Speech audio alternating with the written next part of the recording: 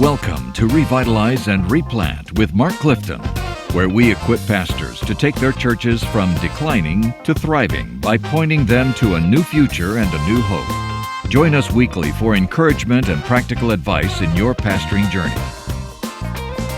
So here we are again with Revitalize and Replant with Mark Clifton, and we are talking about ways that we can help your ministry, help you accomplish what it is that you believe God wants to accomplish in and through your ministry. There are obviously roadblocks along the way, and there are questions that you just don't seem to have some answers for, and we hope to find those answers and help you out. My name is Dan Hurst, and let me take a real quick moment just to remind you that we need you to, subscribe to the podcast as we grow our audience. Those folks that listen to us, that's really important to us, and so it just takes a real easy, quick minute. You just poke on the button right there and click on the button, and you can become part of our subscriber family. Doesn't cost you anything. We don't pester you with it. It's just for our own ego. So, you get to be part of the cool kids club and sit at the cool table at lunch. That's true. You can tell people, hey, I'm a subscriber. I'm a subscriber to Revitalize and Replant. Today we're going to talk about 4 steps you can take when your family isn't happy at church. Oh, now, that's a good one, Dan. That is a sensitive That's a topic. good one. And we're here with Mark Halleck. He's joining us. Mark's a family man. His family's been involved in ministry here at Calvary Church for all these 14 years. Yes. Since he's been here, replanting this church. We're actually physically at Calvary right now in here. Denver doing this podcast from the sub-basement of Calvary. Some weird room somewhere in this church. We are here. With the most uncomfortable couch I've It's ever not comfortable. sat on. It's not pretty either. It's not pretty nor comfortable. But dude, we're together. And I it's love not you, man. and I'm it's so not glad we're clean here. either. So it's the Yep, trifecta. Don't look too close. Yep. I know. But anyway, we are going to talk about what to do when your family is not happy in your church. Now, there are 5 things that we want to talk about. We said 4 things. There are actually 5 things that because we're adding one to, it'll be a little surprise for you. Okay. But as we were setting this up, you made mention of you said this. I'm quoting you exactly. Don't undersell church. I did. A lot of times when guys are going to a church in need of revitalization, particularly any church as a pastor, but if you're going in church that's in need of revitalization, do not undersell it to your family in order to get them to come along with you. Don't tell them it's going to be easier than it really is. In fact, let them know this is going to be incredibly hard, and then it's going to get harder. Then it's really going to get hard, and then it's going to become almost unbearable. Now, you can, think... You have the gift of encouragement, I know. don't you? But the reality is we're going into a spiritual warfare in this place, and the adversary is not going to give us a pass. And so he's going to attack our marriage, our finances, perhaps our health, our children. We need to know what we're getting into when we go into this. That's right. And so they need to have the right expectations. So many times I'll hear a pastor, and he'll tell me my wife and my kids are just unhappy, and they didn't know what they were getting into. They thought they were going to this church that really wanted to change and really wanted to be something different. And maybe you thought that too as the pastor, but trust me, even though they say we want to change, until the change starts happening, they don't know the cost of change. And they're going to push back on you. Yeah. And so you need to let your family know before you go, this is ministry. There's spiritual warfare involved. This is not going to be easy. It may be the richest, most blessing time we ever have as a family. Yep. It may be the most rewarding thing we ever do, but it may also be the hardest thing. And I'll tell you what, and if you approach it that way, what a discipleship opportunity for your family. Because then it's like, this is why, getting your kiddos together, this is why we need to pray together every night. Absolutely. We need to pray. We need to seek the Lord. We need to be praying for these folks in this community because God's going to do something, guys. And then when something bad happens at the church, somebody says something mean, or you go, we told this is spiritual warfare. We're not surprised by that. It's what we expected. We're mainly even shows we're doing the right thing. Yeah, that's right. That's what I meant, Hurst. You just need to make sure they understand what's happening to them when they go in, rather than realize your kids and your wife may be a little reluctant to move halfway across the country and go to this dying church, and you try to tell them, it'll be fine, they're going to love it, they're going to be great. That's what I'm saying. Yeah. I think it's so important also at the same time to make sure that you're not only telling them the truth, but you're listening to them and what their fears are. That's good. To listen to them and allow them to be completely honest with you. I've had more than one pastor contact me and say, in a very broken-hearted way, a very hopeless way, And maybe some of you men listening to this, and some of you women who are pastors' wives listening to this, and some of you church members can relate to this with your pastors and their wives. I've had a number of pastors tell me, my wife has told me I can go back to that church, but she's never going back. She's not driving on that parking lot one more time. She has had it for a variety of reasons. Maybe somebody's just really been saying some mean things about them. Maybe people have been really harsh on them. For whatever reason, it's not uncommon. It's not uncommon for me to experience times when pastors tell me my wife is done. She's finished with it. Yeah. I hear that, and that's a tough one. And at that point, what you have to what I would say to you, Pastor, is that's your cue to listen to your wife. That's right. Listen to your kid. Your kid may say, your teenager, I'm not going back there. That's your cue, not to shame them, not to run the guilt trip on them, but to sit down and listen to them. Yes. And say, tell me what's going on. I really want to know.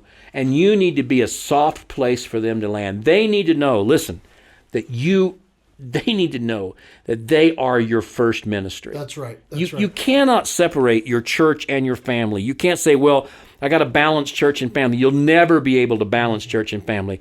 Your family is part of your church. Your church is part of your family. Your family is the first members of your church. They're members of your church. You've got to love for them and care for them and shepherd them. And so when they're hurting, you've got to sit down, and the first thing you got to do is listen to them. That's so good. That's so good.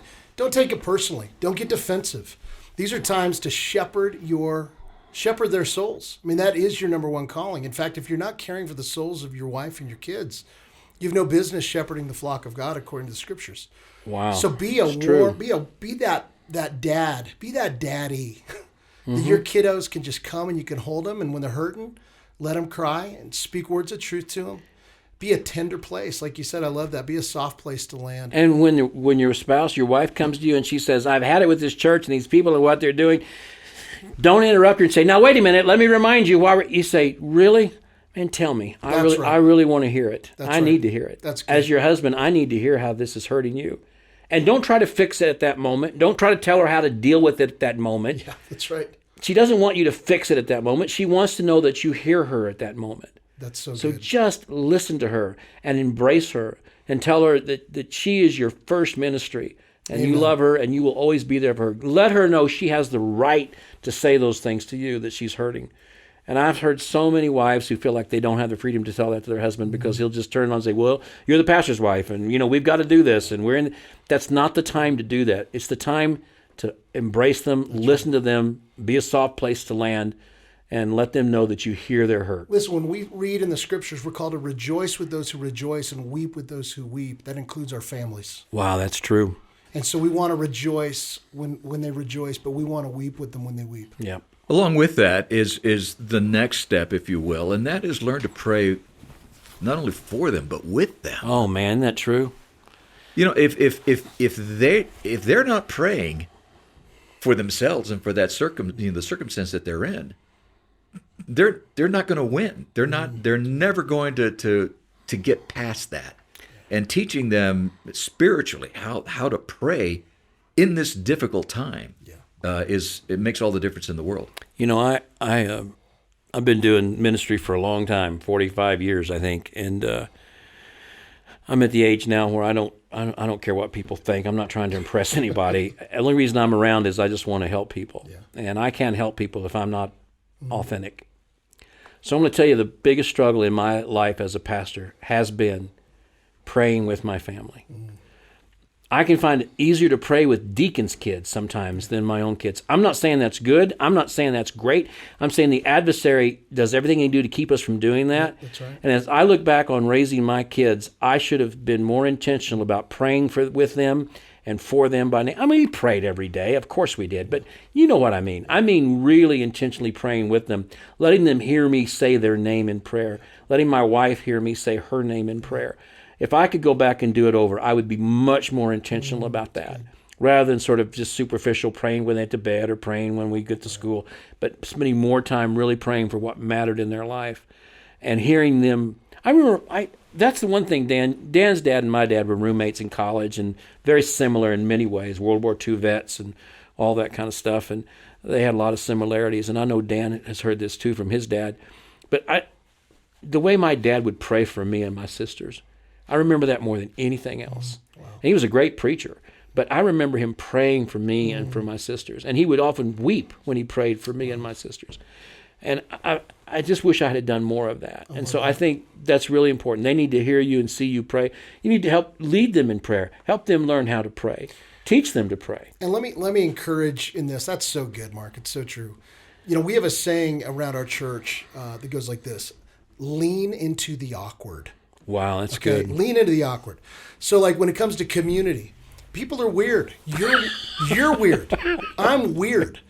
And so it's like, I get it, man. You go to a Bible study and it just feels weird and you want to run for the hills. You know what you do? You lean into the awkward. You trust the Lord, because there's a lot of blessing on the other side of awkward. And I think that's true in this with praying. Yeah. As your kids get to become teenagers, especially, it starts getting a little weird. Yeah. It feels a little awkward. And you know what you got to do then? You got to trust the Lord and be a leader. Yeah. And you need to lead into the awkward. And you go into their bedroom again and you say, I'm going to pray for you. And I know it's a little weird because you're becoming an adult and, you know, you're not just my little baby girl anymore. Right. But I'm telling you, if we don't lead them, somebody will lead them somewhere. Yeah. And so we need to lead. And I think prayer is where we have to lean into the awkward and be ready to experience great blessing on the other side of awkward as we pray for our wives and our kids. I think also one of the things, and this really opens up a great door for us in the area of prayer, is when we let them know that we're praying for them and ask them what they want us to pray about. Man. Absolutely. You know, because that's how we begin to really understand what's really eating at them, what's really hurting them. And when we do that and they tell us what's wrong, then we can move on to the next step, and that's find ways to heal and find ways to encourage and find ways for them to develop their own ministry and become more involved in what they're doing. Yeah, you know, we went to Canada when our boys were middle schoolers, and it seemed like an inappropriate time to pull them up out of their school and their environment in Kansas and move them Quebec, of all places, French-speaking Quebec, where they didn't speak any French. And, you know, at first they were obviously resistant. It was like, yeah, Mom and Dad, you can go to Quebec. We'll stay here with grandparents. Have a good time while you're gone. But if God calls us, he was going to call the whole family. And he did. Our boys, and when we went to Quebec, we did something in Quebec we didn't do in Kansas. We really ministered as an entire family. Man, I love that. And it really transformed the family in many ways. To this day, it's a time we look back and go, things really changed, because before that, frankly, it was sort of like, well, Dad's the pastor and this is his job and we go along. But when we went to Canada, we went to Quebec, we went to that culture very different than we all were in it together, right? Yes. So there's something about finding ways to involve your family in true ownership of ministry, not just doing what you do and shadowing you and helping you, but they actually find their own place to fulfill ministry in that church. That's so great. And that's leadership. That's how are you leading your family? I mean, your kiddos, listen, you're going to this church. And I just think I talk to a lot of pastors who aren't intentional about that. They've never really even thought about it. Okay. They're thinking, hey, this is my new gig. Like, this is my new job, a new ministry position. And yeah, I need to care for my wife and kids, and we'll figure that out. But this is what my thing is. No, this is our thing. It really is. Now, granted, I'm not saying the church has hired your wife and your kids, but it's a package deal, man. And so you can either lead your kids to embrace a vision that you're excited about. That's what I always want with my kids. I was always like, guys, this is so awesome what God has called us to do. And I want you to be part of this. And so when I would go make visits, and still do, when they were little, I'd bring them along. And so it became this thing. It wasn't weird, not this disconnect between dad and being a pastor and real life. And so I agree. I mean, the encouragement is this is a great discipleship opportunity to get your kids and your family involved in something that's very life-giving, kingdom-minded. I look at my kids now, by God's grace. You know, my daughter is in college and has a passion for missions. And I think she would say, boy, it was a lot of being involved in this little dying church that she began to get a heart for those who were far from Jesus and began interacting together with those who were far from Jesus. And so, again, I just say all that is what an opportunity you have in revitalization to get your family So involved. try to find some way to help your family, even your children, find ownership, Yes, ownership. in what's going on at the church. Find some role for them to do that they enjoy, Amen. and then reward them for it in a very real sense, no matter what it might be. That's right. No matter what it is, they're all unique. You told me about when your church, when you first started replanting here across the street, you would clean the school building. Yes. Tell me about what you told me at lunch. Oh man, about your yeah, 4-year-old. it's awesome. So we just have this. The middle school in our community is right across the street. Yeah. And so one of the ways that we would get involved, especially in the early years when we were just a little church of 30 people, is we would clean the church once a month. Clean the school. Clean the school. I'm sorry, clean the school.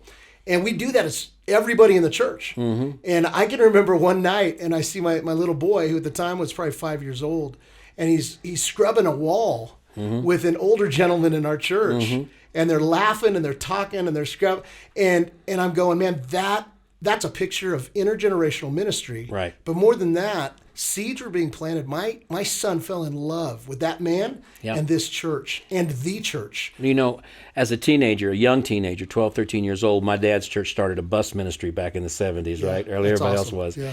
And I never really was involved. I'd go to Sunday school, I'd go to worship. I never led because I was like 10 or 12 years old.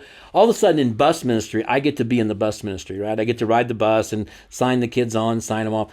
And I end up every Saturday morning, I spend it with Cliff Lynch and Gerald Ruff, these two guys.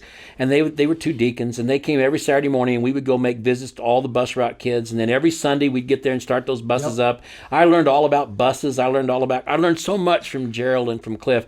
And that's where I cut my teeth on ministry, was doing that. I look back at the bus ministry going, I was 12, 13, 14 years old working with those men every week, every Saturday, every Sunday. That's when that church became my church. It became my ministry. And I can't overemphasize enough, if there's a way you can help your children and your spouse find meaningful ministry.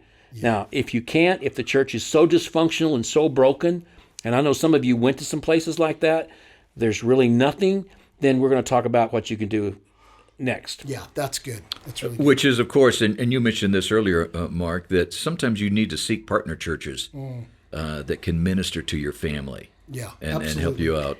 Yeah, I tell guys call me all the time and say, we're the only children in our church, and it's all older people, and they're unhappy older people. They're mad at me because we're making changes. They don't want us to touch anything. We can't move a silk plant. We can't move a table anywhere. We can't, anything. We're just in a really tough place right now, and I'm going to have to spend 2 or 3 years of just shepherding and missionary work and everything else before we can even get to the place where we can start revitalizing. And right now, my wife's the only young woman there. Our children are the only children there, and it's really hard on them. Here's what you do. You find another Southern Baptist church in your community, and you go to that pastor and you say, I need somebody to help minister to my family. Do you have a Awanas kid or mission friends or RAs or GAs? I want my kids to come to that on your church, to your church on Wednesday nights. Do you have a small group that meets in homes somewhere during the week? My wife and I want to join that small group. Find some other Southern Baptist church that can minister to your wife and your kids other than on Sunday mornings, and let them find some real meaningful ministry there. They need to be cared for and ministered to.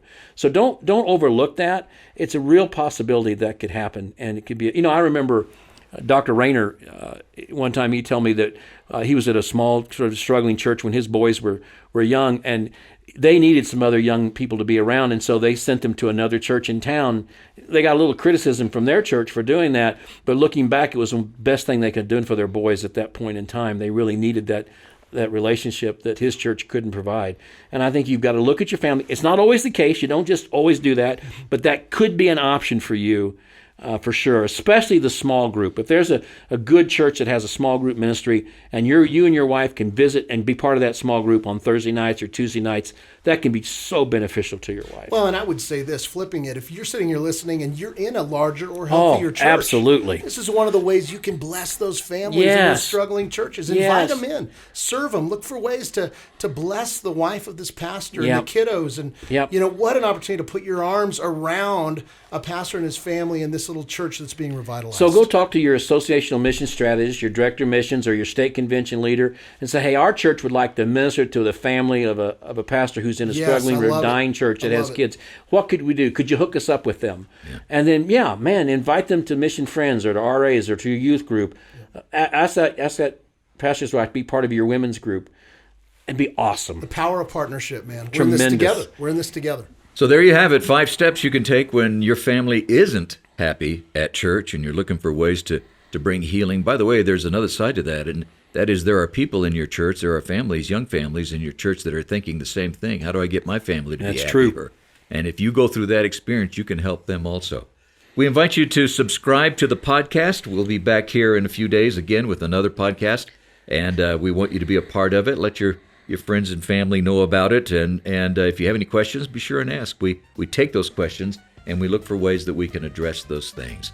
And we hope to see you again real soon on Revitalize and Replant with Mark Clifton. See you later. Thanks for joining us today on Revitalize and Replant. This podcast is brought to you by the North American Mission Board, where we help dying or struggling churches regain health for the glory of God and the good of their communities. If you found this conversation helpful, don't forget to subscribe to the podcast on your favorite platform. To learn more about becoming a replanting pastor or to explore resources about revitalization for your own church, visit churchreplanters.com.